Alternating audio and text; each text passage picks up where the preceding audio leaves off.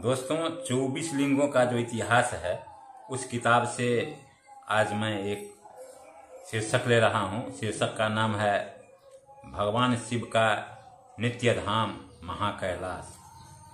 तो दोस्तों कहानी को शुरू करते हैं। उस किताब के मुताबिक कैलाश दो हैं, एक महाकैलाश और दूसरा भू कैलाश। वर्तमान में जिसको कैलाश माना जाता है, अनुभवी शिव भक्तगण कहते हैं कि वह तो असली भू कैलाश भी नहीं है। भू कैलाश पर शिवगण और शिव भक्तों के अतिरिक्त अन्य कोई जा नहीं सकता। काशी केदार महात्म नामक ग्रंथ के चतुर्थ अध्याय में महाकैलाश का वर्णन इस प्रकार आता है। अनंत कोटि ब्रह्मांडों के आधारभूत महोदक में लाख योजन विस्तीर्ण स्वर्ण भूमि है। वहां लाख योजन ऊंचा परमेश्वर का स्थान है। उसी को वेदविद पुरुष महाकैलाश कहते हैं। उनके चारों ओर 50,000 योजन विस्तृत और 20,000 योजन ऊंची राजत यानी चांदी की भूमि का घेरा है। उसके आठों दिशाओं में मणियों के फाटक हैं। पूर्व द्वार के मालिक महात्मा विघ्नेश है। अग्निकोण फाटक के मालिक महागण भीखंडी ऋषि हैं और दक्षिण द्वार के पालक गणों के सरदार महाकाल हैं। नैऋत्य के द्वारपाल साक्षात शंकर के अंग से उत्पन्न वीरभद्र हैं और पश्चिम के द्वार की पालिका शिवदुहिता महासस्ता है। वाव्य कोण की द्वारपालिका संकट मोचनी दुर्गा है। उत्तर दिशा की द्वारपाल सुब्रह्मण्य नामक पर शिव हैं तथा ईशान कोण के द्वार रक्षक शैलादि गणनायक हैं। इन लोगों के जो अनुचर हैं उनकी गिनती ही नहीं है। 50,000 योजन विस्तार की वह नगरी है। उसमें 10,000 योजन ऊंचे 100 अरब 1 खरब शिखर यानी गुंबज है जो मूंगे के बने हुए हैं और चारों तरफ से घिरे हुए हैं। उनके भीतर 20,000 योजन के ऊंचे 10 अरब सिंह यानी शिखर और जो सब के पदरागमणि के बने हुए हैं और चारों ओर से घिरे हुए खड़े हैं। उनके भीतर 30,000 योजन ऊंचे 1 करोड़ एक विशाल वैडर्मण्य शिखर है जो चारों ओर से घिरे हुए हैं। फाटक के बाहर की भूमि 10,000 योजन विस्तीर्ण तथा फाटक के बाहर की भूमि 40 योजन परिमाण की है। इस भूमि में तथा श्रृंगी पर तारतम्य क्रम के सलोक्य मुक्ति वाले रहते हैं। उनके मोनोकुल में उनमें घर बाग बावरी कुआं नद और नदियां है। वह भोग भूमि दिव्य अप्सराओं दिव्यपान और दिव्य भक्ष के परिपूर्ण है। वहां अनगिनत शिव के गण और सुंदर प्रभावशाली रुद्र की कन्याएं रहती है। कल्प वृक्ष के वहां वन हैं और कामधेनुओं के टोल हैं तथा चिंतामणियों के ढेर लग रहे हैं। वहां पुण्य के तारतमय से शिव धर्म पारायण शिव के आराधक एवं शिव भक्तों के पूजने वाले जो शाल्यक्य मुक्ति को प्राप्त कर चुके हैं बसते हैं। वहां जिसको जो वस्तु चाहिए वहीं उसके सामने मौजूद रहती है।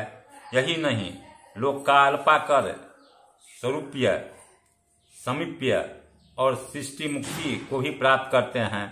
शिखरों के भीतर प्रभा से दिशाओं को प्रकाशित करने वाले तथा 40,000 योजन ऊंचे 10 करोड़ पुष्पराग मणि के सिंह हैं। उनमें शिव पूजक गंधर्व यक्ष किन्नर गरुड़ नाग आदि सदा सब भोगों से युक्त होकर रहते हैं। उनके भीतर 50,000 योजन ऊंचे 1 करोड़ 1 गोमेदक मणि के सिंगों का घेरा है। यहाँ पर अपने पद से च्युत हुए इंद्रगण शंकर की आराधना करते हुए रहते हैं।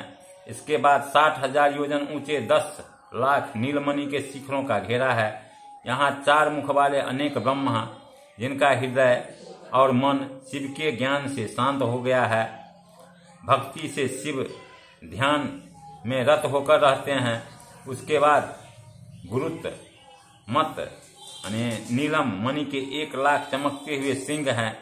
इनमें अनेक विष्णु निरंतर शिव जी ध्यान करते रहते हैं।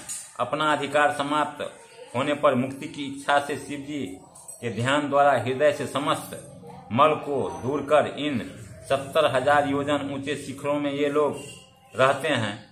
इन सब लोगों का तारतम्य से संयुज्य मुक्ति प्राप्त होती है। इसके बाद 80,000 योजन ऊंचे 10,001 मुक्तामय सिंहों का घेरा है। इनमें महात्मा रुद्रगण पशुपास के ज्ञान तथा गुरु सेवा का महात्म्य द्वारा सारूप्य मुक्ति प्राप्त कर हृदय कमल में शिव का ध्यान किया करते हैं। लोगों पर अनुग्रह करने वाले ये गुणी महात्मा नित्य मुक्त हैं। शिव की आज्ञा से नित्य कैलाश में निवास करते हुए अपने तेज से देदीप्यमान रहते हैं। इसके भीतर 90,000 योजन ऊंचे 1,000 योजन एक दिव्य स्फटिक के शिखरों का घेरा है। इनमें नंदी, भृंगी, महाकाल, वीरभद्र आदि रहते हैं, जो परमात्मा शिव की अपार मूर्ति है एवं सच्चिदानंद स्वरूप साजीव तथा सृष्टि मुक्ति को प्राप्त हैं। ये शंकर की आज्ञा से करोड़ों ब्रह्मांडों को बनाने, बिगाड़ने तथा उलट पुलट करने में सामर्थ्य हैं। ये लोग अपनी इच्छा से कैलाश की रक्षा करते हुए बसते हैं। इस घेरे के भीतर 101 योजन ऊंचे हीरे का एक शिखर है, जो अपने प्रकाश से अखिल धाम को प्रकाशित किया करते हैं। यही शंकर के निज धाम को घेरे खड़े हैं। श्री परमेश्वर और देवी की शक्तियां भी स्वामित्वा, कार्तिकेय, विघ्नराज आदि इनमें रहते हैं। ये अंतःपुर निवासी नित्यानंदमय और सदा महेश्वर और जगदम्बा की सेवा करते हैं। यह स्थान ज्योतिर्मय और 1 लाख योजन ऊंचा है। यह शंकर का धाम साधारण देवताओं के लिए अगमन्य शिव ज्ञान और परिनिश्चित पुरुष इस धाम को अंतःपुरी कहते हैं। इसके बाद शंकर जो निज धाम हैं, जिसके ज्योतिर्मय 11 सिंह हैं और ये साम्य शुद्ध सदाशिव को घेरे खड़े हैं। शिव जी अनुग्रहात्मक और शांत हैं और अपनी ही महिमा से प्रतिष्ठित हैं। अलौकिक विशाल महल के दिव्य सिंहासन पर वे अपनी पराशक्ति के साथ विराजमान है। बाहरी 10 घरों के निवासी सदा इनका ध्यान करता है। तो दोस्तों, इस जो 24 लिंगों का इतिहास है और जो इसका शीर्षक मैं आपको बताया हूँ, ये कहानी आपको अगर पसंद आया हो तो आप मेरे इस चैनल को लाइक, सब्सक्राइब कीजिएगा और प्यारा सा कमेंट कीजिएगा, ताकि मैं आपको बार बार ऐसा कहानी जो भक्ति से जुड़ा हुआ हो मैं आपके सामने लाता रहूं।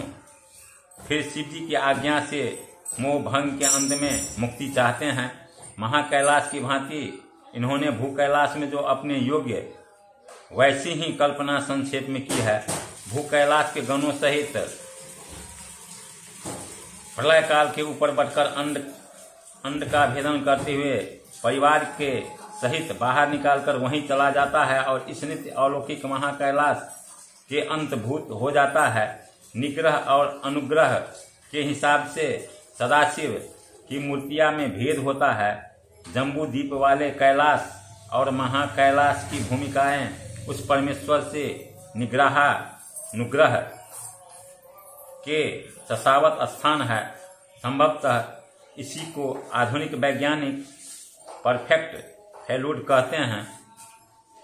दोस्तों, आज का ब्लॉग को मैं यही विराम देता हूं। जय हिंद, जय भारत, वंदे